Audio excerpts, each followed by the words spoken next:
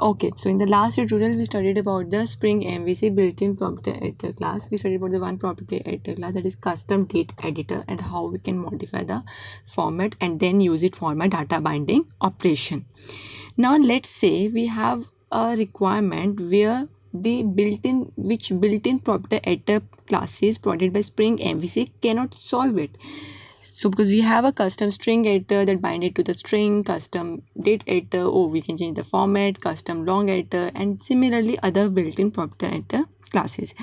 But let's say I want that when user is submitting its application form, say I am entering a mobile number. It's a 10-digit mobile number, but when user enter this, before this mobile number, I want the country code to be prefixed like +91, and then the mobile number should come.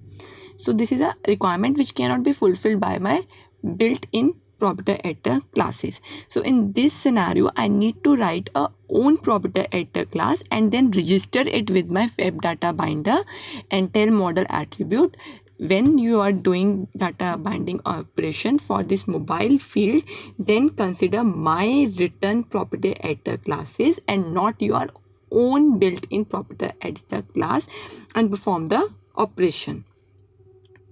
Got the high level how we are doing this build custom property editor classes are being coming into picture. So let's understand how these built-in custom property editor classes are being written and how this requirement is being fulfilled. So this requirement is to just prefix this 91 before my mobile number. So for that we need to write a property editor class here. Just go to, let me name it as mobile property editor.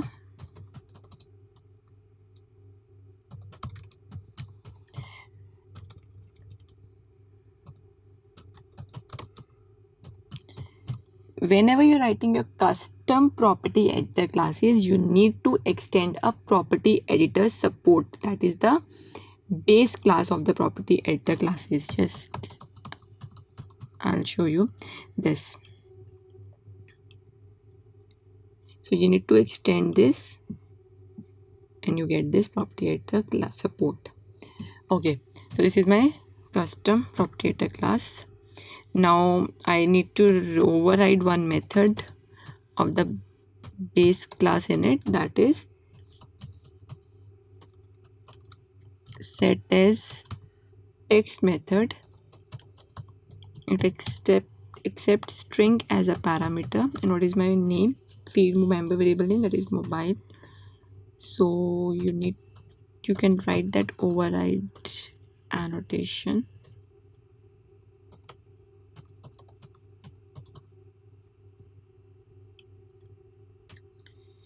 Now what we want that mobile field to have a country code prefix. Let's give some space and then say the value which user has entered. This I want to set it. So we have a set value method. What my object is mobile. So clear with the implementation. Now we are accepting the student bean class mobile field in my property editor, and I am prefix it with the value country code, that is 91 for India, and again change the value. Now this value I need to pass it to set value function of this class. So set value mobile. Now we don't need to return it, it will automatically return it. What we need to do is we just need to register this property editor class while performing the data binding operation. So we have registered one property editor class that is built in. Let's register the another property editor class. Again register custom editor, which type it is string dot class, for which field I need to, for mobile field. Which property editor class I have? New. Which one you have created? Mobile property editor class. It will not take any format or something. So what automatically it will do is, whenever the request goes to this model attribute for data binding, it goes to init binder and see if there is any built-in property editor classes.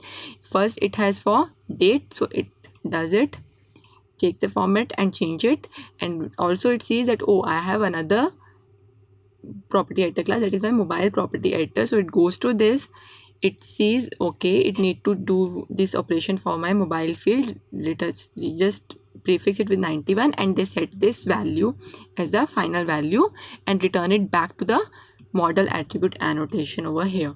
So the cycle is going like this: from here it goes to here, and from here it goes to, this is built in so no need, but here it goes to the mobile property editor class and performing the operation and coming back to this, and then from here coming back to this and doing the data binding. So let's see it running and see what the output is.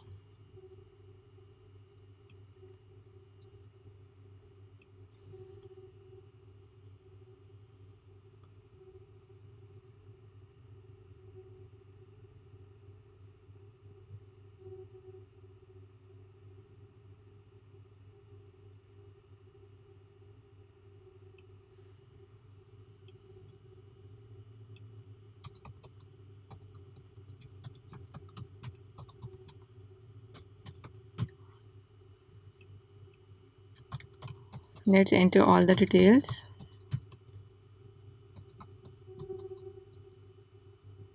Okay, let's enter proper 10-digit number. I'll just enter.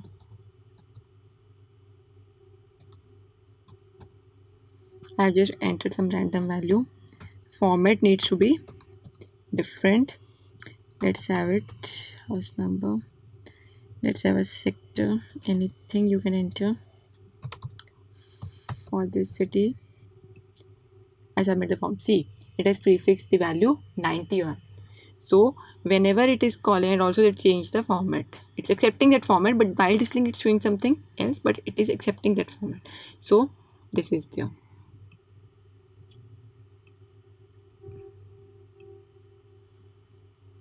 So while doing this,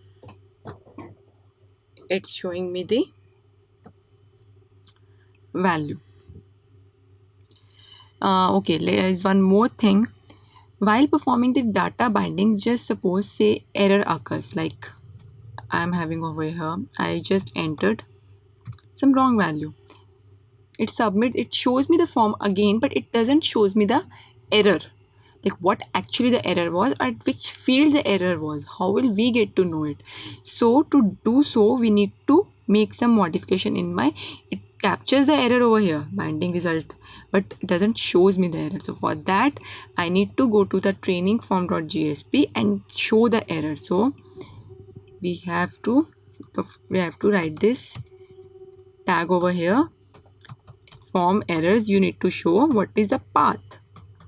Path is my student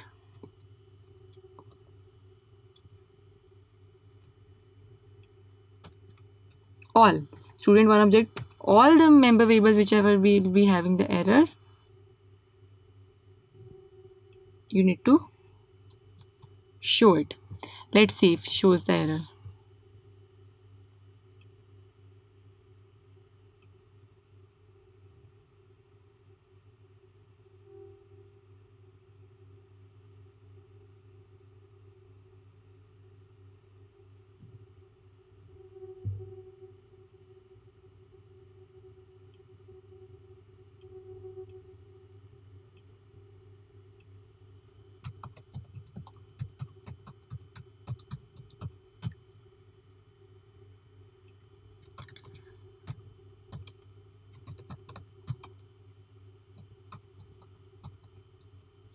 Let me enter some wrong value.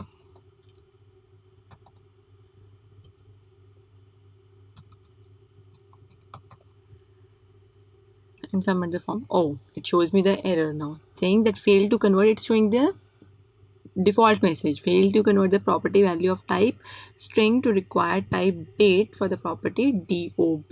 This is the property which is not showing to capture. So say I have it another. Okay, I can just display this. I'll just do this. Say I enter this again as incorrect, and also I enter this first sector I will just enter 45.6, and this is my Delhi. Now this is of, again it's showing me the error for this field, that the value is incorrect for the date of birth field, so you cannot specify this. That is a format this, so you need to change it. In the further tutorials we'll be seeing that how we can change the default error message to the user defined error message, because obviously this message is not so readable to user. He or she will not be able to understand it completely. What we want the user to display, please enter the correct date format, that is this, but that's it should be presented to the user, not the complete exceptions and complete default message. So we'll be seeing that also in the future tutorials. So we discussed about the error displaying to the user and how the custom property editor classes are being written and then registered with web data binder, and then model attribute annotations rules the data binding for them.